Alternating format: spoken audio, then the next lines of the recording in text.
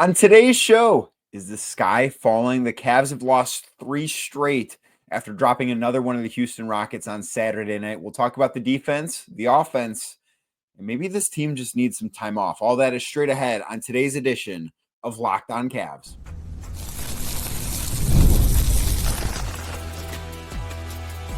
You are Locked On Cavs, your daily Cleveland Cavaliers podcast. Part of the Locked On Podcast Network, your team every day.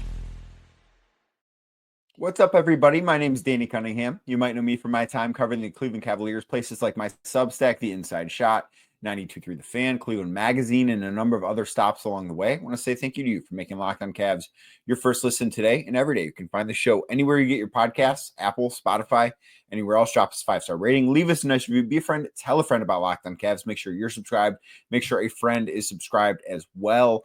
Also, if you're watching on YouTube, do me a favor, hit that thumbs up button for me, click subscribe, hit that notification bell so you don't miss the latest Locked On Cavs content, a proud part of the Locked On Podcast Network. And also, Locked On Cavs now has a newsletter introducing the Locked On Cavs daily newsletter, your one-stop for ultimate team and league coverage delivered right to your inbox. Sign up for free now at lockedondaily.com. The Cleveland Cavaliers lost again on Saturday night to the Houston Rockets, 135-131. And the biggest problem with tonight's game, Saturday night's game, I should say, is the first number I said, 135. The Cavs gave up 135 points to a good team in the Houston Rockets. They are certainly a respectable team, number 2 in the West. I believe they have a top 10 offense, at least as of, this week they had a top 10 offense. But this is now the second straight game where they've given up more than 130 points in a game. The defense right now for the Cavaliers it's a significant problem. It is something that I do think is, if you want to be concerned, and I don't think the sky is falling because the Cavs have lost 3 straight games. I think that there are a number of things that go into this. I think that this is some real adversity for probably the first time this season. And at the end of the day, this is still a team that is first in the Eastern Conference, that I believe has the second best record in the NBA. They're still a great team. They're going through a rough patch. We'll talk more about that, but the defense is the thing. If you want to come away from this concerned about something, I do think that there are reasons to be concerned defensively. I do believe that. And one of the things that I keep coming back to is after wins so often this year, we've heard from Donovan Mitchell. We've heard from Darius Garland. We've heard from Evan Mobley. We've heard from a lot of guys in that locker room. And one of the messages that they have conveyed, which I think is a smart message to convey over the course of a long season, is in not getting ahead of themselves in wins by saying, this is about the process. We are trying to build good habits, the proper habits, stuff like that, right? Well, the Cavs are not doing that defensively, or they're not building the proper habits on the defensive end of the floor. They are incredibly inconsistent. They have nights where you don't have to go back very far to see them have a great defensive game. Go back to Monday when they faced Phoenix. They held the Suns, who came into the week as a top 10 offense in the NBA. Kevin Durant, Devin Booker, Bradley Beal, even though Beal's not that good right now. But they have a very talented group of players. The Cavs held them to 92 points. They played excellent defensively. Even if you want to make the case, in the first Rockets game, they held Houston to 109 points. That is a respectable number in today's NBA. Maybe 15 years ago it wasn't, but in 2025, that's a respectable number. And since then, they've fallen apart, and they've been far too inconsistent on that end of the floor. Not just lately. It's not a game-to-game thing. It's not a month-to-month thing. It's not a half-to-half thing. It's all of those things, right? You go back to the start of the season, their first 5 games of the year, when they were in November or in October, they were a really good defensive team. They came out of the gates awesome defensively. And then in November, they were a bottom third of the NBA defense. They were 20th. Calendar changes to December. They're number 3 in the league in defense, behind only OKC and Minnesota. They were the best Eastern Conference team defensively for the entire month of December. And then you get to January, and going into the game on Saturday night against Houston, they're 25th in defense in the NBA. This is such an inconsistent defense, and I think it starts at the point of attack. I think that is where the Cavs are having the most problems, and I don't think that it's a coincidence that a lot of their issues have happened with Isaac Okoro out. right? He's played in, I believe, 5 games since December 13th with Karis LeVert, who's now missed, I believe, 5 consecutive games due to a wrist injury that he's not played in. And you've not seen the Cavs defense be really good for a majority of that. You've seen them have some of the worst games they've had all season. I don't think that those things are coincidental. Of course, Dean Wade does not play on Saturday because he's got a knee sprain that we don't necessarily know the extent of yet. I asked Kenny Atkinson about that prior to the game, and he said, Dean would be evaluated by medical personnel either during or after the game on Saturday night, and that was not something that came up in our conversation after the game with Kenny. There were just more pressing issues to ask about, but we don't know when Dean Wade's going to be back on the floor. So the Cavs, part of their issue defensively is personnel. Like that definitely is it. And I do think part of it is they're probably starting to lean on that zone a little bit too much. Like I think the zone defense that the Cavs run is a really good change of pace, but it becomes less effective when it becomes something you have to use more and more often, right? So that has been a problem. And I think part of that problem is, the rebounding aspect of it. And when I was in Indiana last week, talked about the zone defense with some of the guys in the locker room. And one of the constant messages that they kept saying about the zone, like they do think it's effective. They have no issues in playing it, but it's something that it makes it hard for them to rebound. Like that is consistently the thing they point to. The toughest part of playing that zone defense is to rebound. Well, Houston had 14 more offensive rebounds on Friday night against Philly. Sixers, I believe, had 16 offensive rebounds. On Wednesday in Houston, the Rockets had 20 offensive rebounds. Like this is becoming something that is a significant issue. And it's not always that teams are destroying the Cavs in second chance points. Like Houston had 14 offensive rebounds on Saturday night, and the Cavs actually scored more second chance points than they did despite having 4 fewer offensive rebounds.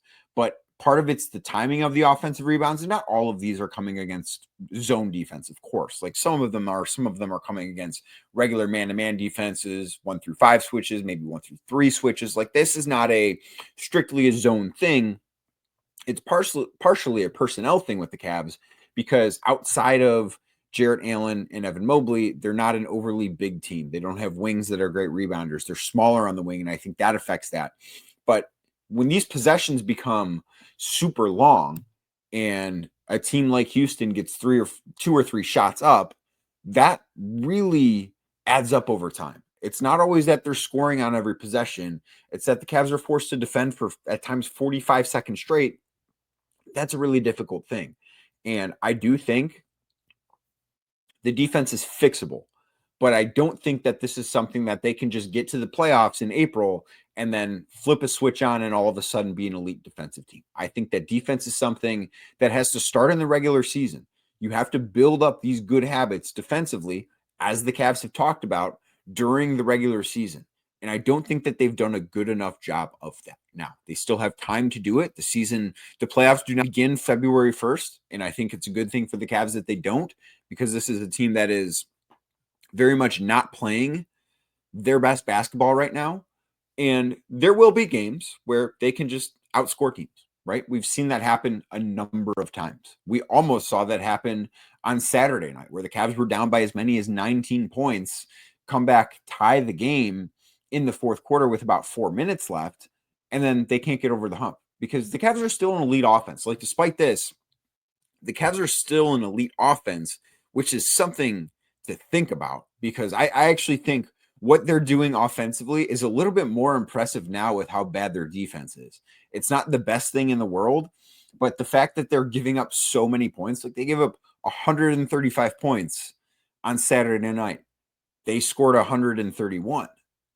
It's impressive to score that many points when you're not playing well defensively, because that means you're going against a set defense far more often than not.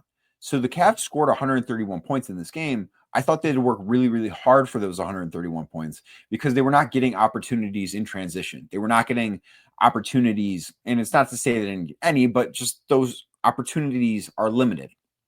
They're not getting chances to attack a defense that isn't set. They're not getting the ability to find mismatches because the way that, a team finishes an offensive possession and the guy that they would ideally be defending is on a different part of the floor and they don't have time to match up because the ball is moving so quick. The Cavs are not getting those opportunities. So I do think it's impressive the rate that they're still scoring at because they're going against set defenses. But the fact of the matter here is until the Cavs start getting stops consistently when they need them, they're going to continue to look like a lesser version of the team we saw earlier in the year. They're not a bad team. They're not. When they're not defending well, they're still a good basketball team because they just have so much firepower offensively and they're so talented on that end of the floor.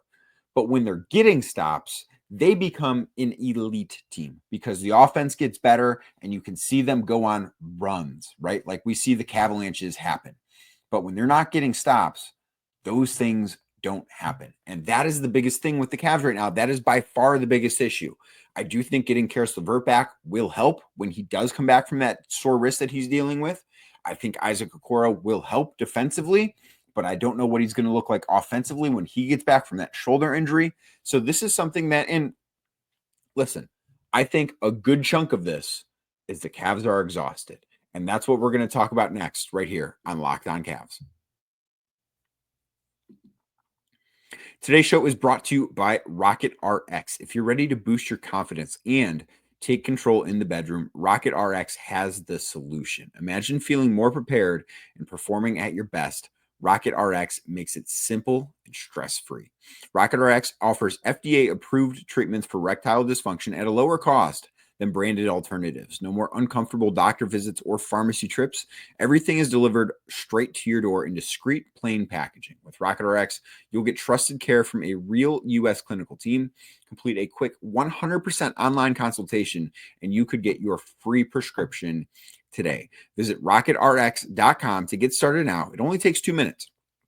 Right now, our listeners can get 40% off your first order when you use code LOCKEDONNBA. That is LOCKEDONNBA. That's rocketrx.com, code LOCKEDONNBA for 40% off your first order. Terms and conditions do apply. Rocket RX, better sex made simple. Thank you again for making Locked On Cavs your first listen today and every day. Like I said earlier, you can find the show anywhere you podcast, Apple, Spotify, anywhere else. Drop us a 5-star rating. Leave us a nice review. Tell a friend about Locked On Cavs. Make sure you're subscribed. Make sure a friend is subscribed as well. And I just do think that one of the biggest things with this Cavs team right now, and one of the reasons why I'm not pressing the panic button on this team. Yes, there are reasons to be concerned about the defense. I totally get that. But I don't think it's something yet that is worth panicking over. If we're having this conversation about the inconsistencies defensively in late March and early April, and they're still having these months where they're in the bottom 5 or bottom 7 on defense, then it's a different conversation. But it is January 26th, and we are in the January doldrums. I think that is where we're at in this season, where the Cavs have played over half their season. They have not had a ton of breaks, and Saturday night's game was their 5th game in 7 days. And that is a tough stretch. It's kind of the most brutal stretch of schedule you can have in the NBA. And what made it a little bit more challenging for the Cavs is the games they played. So you start Saturday night in Minnesota, and they get home from that game very early in the morning Sunday. And then they turn around and they play Monday afternoon at 3:30. Because of the winter weather in Houston, they left for Houston Monday evening after that Rockets game or after that Suns game. So that Suns game. They won in Minnesota. They won against Phoenix. They looked really good against Phoenix on both ends of the floor. And then they have to fly to Houston a day early. So they basically spent 36 hours in Cleveland.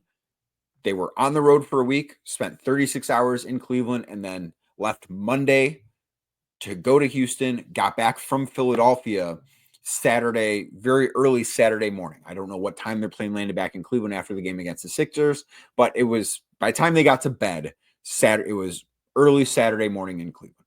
So for all intents and purposes, This is a team that has been on the road for 2 weeks and had a pretty brutal stretch of games against some really good teams too. And I know Philly's not a good team, but a lot of the teams they have played lately have been playoff teams.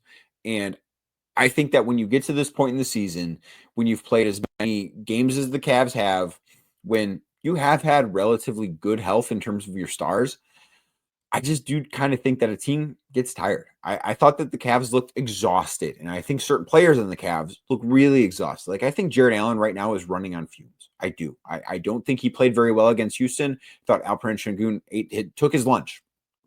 Really, I thought that Şengün absolutely dominated Jared Allen. Jared Allen looks like he needs about 5 days off. I don't know if he's going to take days off. I know the Cavs are probably going to rest quite a bit on Sunday before they're back in action on Monday against Detroit. But Jared Allen looks like a guy who needs a week off. I think this Cavs team is going to, the All-Star break is going to do them really, really well when that arrives.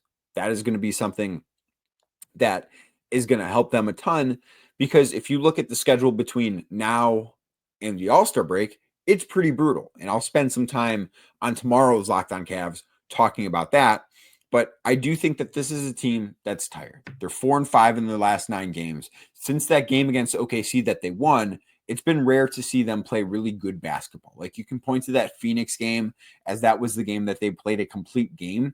But other than that, if you go up and down their schedule, you know, the win against Toronto, not a game that necessarily was impressive. It was impressive because Darius Garland scored 40 points in it, not because the Cavs played well. They didn't. They beat a bad team. You know, they lost to the Pacers in what was a really ugly loss. Even the win against the Pacers, they look good for the most part, but I don't think that was like, oh, the Cavs are back type of win. Got destroyed by OKC. The win against the Wolves, you know, it was okay. I wasn't overly impressed with that game. Phoenix was impressive. It was. And then since then, they've lost 3 straight. But I don't think that this is something to panic over. I don't. If you look around the league, at this point in the season, good teams tend to struggle. Look at what's going on with Boston. They're in a rough patch too.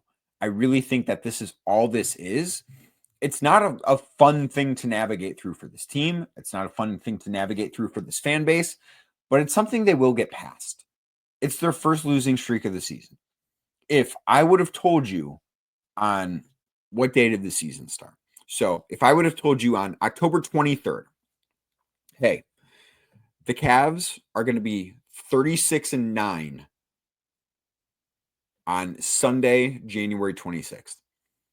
And January 25th, they're going to lose their 3rd straight game for the first time. Their first losing streak will not start until January 22nd. That's the first of these 3 losses. I think you would have been thrilled. I think that team would have been thrilled. Organizationally, they'd be thrilled with the results. It doesn't say that, you know, there are not problems to worry about, that there are not things that need to be fixing, because I just did a whole segment talking about how the defense is not good enough right now. But I also think that if you take a step back and look at maybe why we got here, how this team has become a team that looks like they do right now, I do think a significant chunk of it, and after being in the locker room after the game and talking to some of the players, I think that exhaustion is real. I think that they are ready for some time off. Now, they're not going to get it for a couple weeks. And like I said, the stretch before the All-Star break is brutal. But I think that this is a team more than anything. They didn't all of a sudden become a bad team. The success they've had did not become a mirage.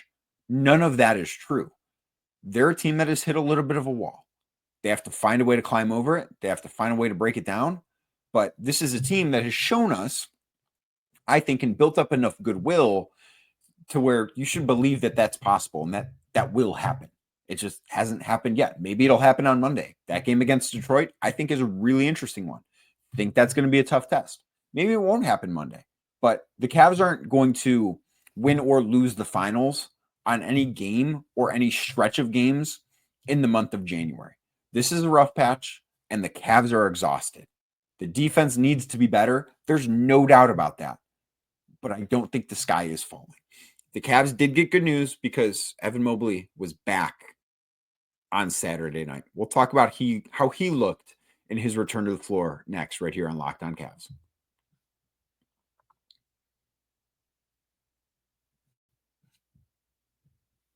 Thank you again for making Locked On Cavs your first listen today and every day. If you're watching the show on YouTube, do me a favor, hit that thumbs up button for me, click subscribe, and hit that notification bell so you don't miss the latest Locked On Cavs content. Evan Mobley returned to the floor after missing 4 games with a calf strain.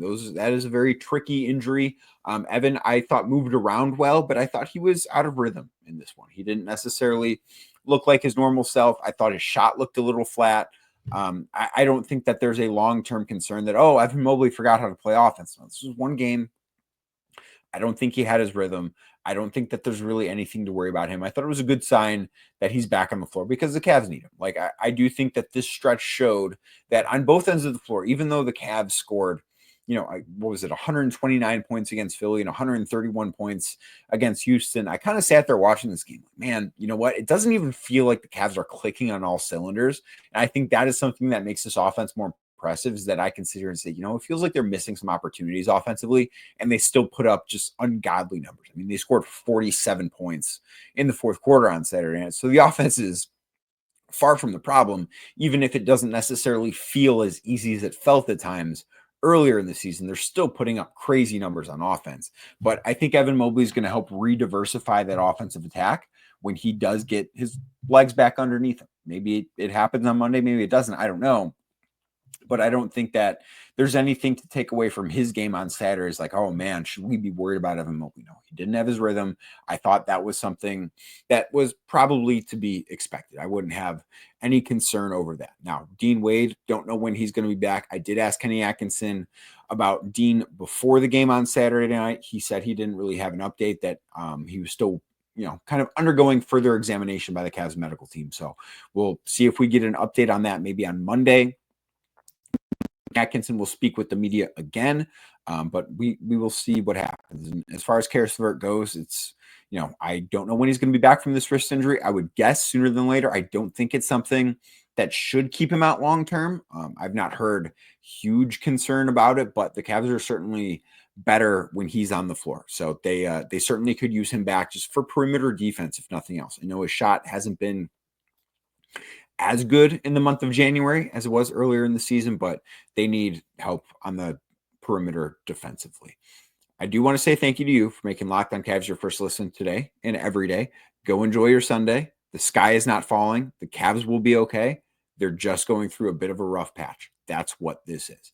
Make sure you're subscribed, because I will be back tomorrow with a normal Locked On Cavs. We're going to look ahead at not just this week, but the rest of the schedule through the All-Star break, because they have some tough games that are worth talking about. Plus, the whip around episode will be back. Have some great guest lineups to talk about the Pistons. Going to talk about Miami, Atlanta, just a lot to get to this week. So keep it locked right here on Locked On Cavs. Make sure you subscribe wherever you get your podcasts, Apple, Spotify, anywhere else.